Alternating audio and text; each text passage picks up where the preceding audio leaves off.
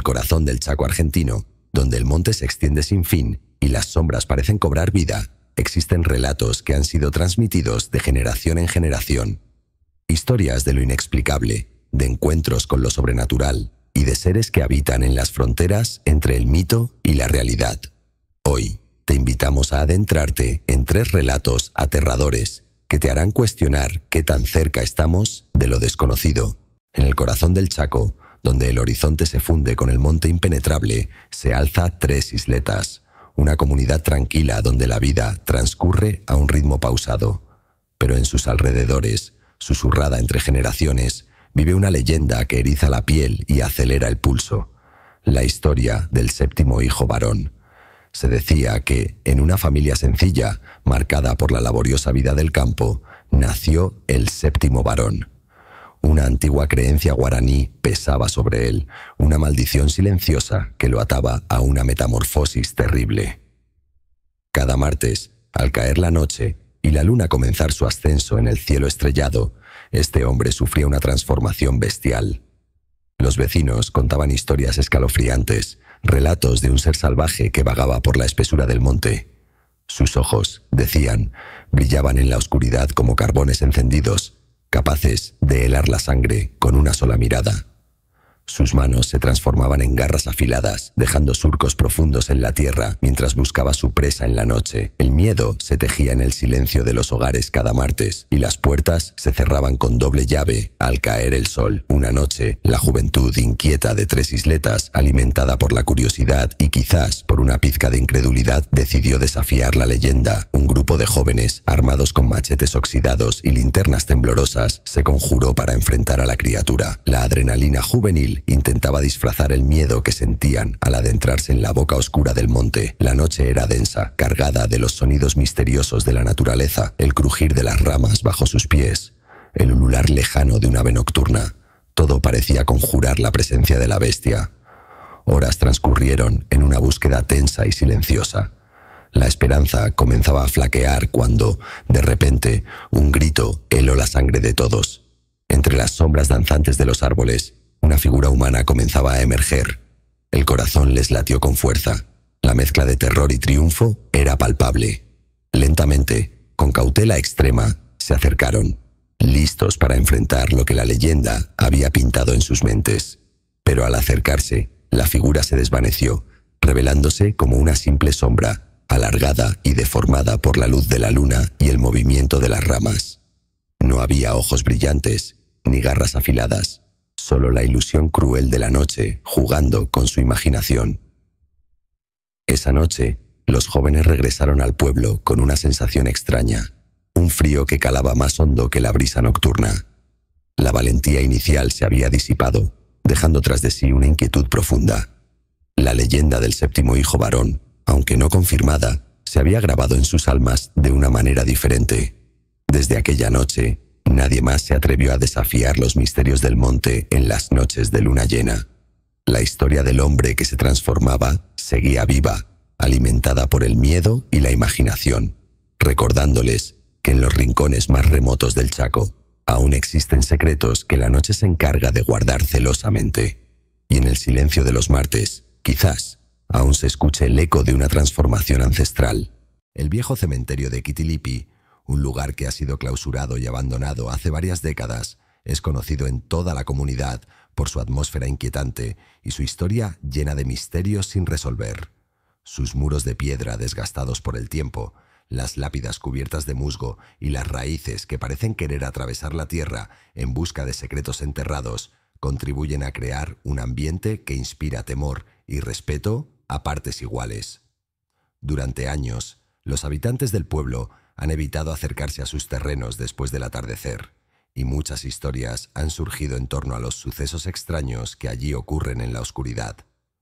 Una noche, cuando la mayoría de los vecinos ya estaban en sus casas, un sereno que patrullaba los límites del cementerio, cumpliendo con su rutinaria vigilancia, escuchó unos murmullos suaves y casi imperceptibles que provenían de una tumba en particular, aquella que siempre había sido objeto de rumores y leyendas urbanas.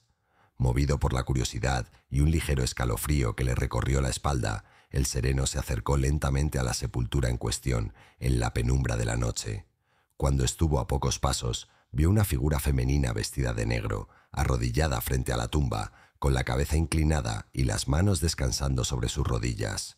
El sereno, sorprendido por la escena y sintiendo un impulso de acercarse más, intentó hablarle con voz temblorosa, pero ella no respondió. En cambio, lo miró fijamente con unos ojos vacíos, oscuros y profundos, como si no tuviera alma. La presencia de esa mujer le produjo un escalofrío intenso, y en un instante que pareció eterno, ella desapareció en la niebla que comenzaba a levantarse del suelo, como si se desvaneciera en el aire mismo. La figura de negro se disolvió en la bruma, dejando tras de sí un silencio abrumador y una sensación de vacío que quedó impregnada en la memoria del sereno. Al día siguiente, en horas tempranas, el sereno fue encontrado en un estado de shock absoluto, sentado en el borde de la oficina, con la mirada perdida en el vacío. No lograba recordar claramente lo ocurrido durante esa noche, y su rostro mostraba signos evidentes de haber experimentado algo profundamente perturbador. Los demás empleados del pueblo y los vecinos, al enterarse de su relato, quedaron en silencio, compartiendo miradas de inquietud y miedo. Aunque el sereno no pudo explicar qué había visto o sentido, su comportamiento y su estado emocional mantenían viva la leyenda. Los habitantes de Kitilipi creen firmemente que la mujer vestida de negro es la guardiana de las almas perdidas, una especie de espíritu que vela por el descanso de aquellos que no lograron encontrar la paz en su paso por la tierra.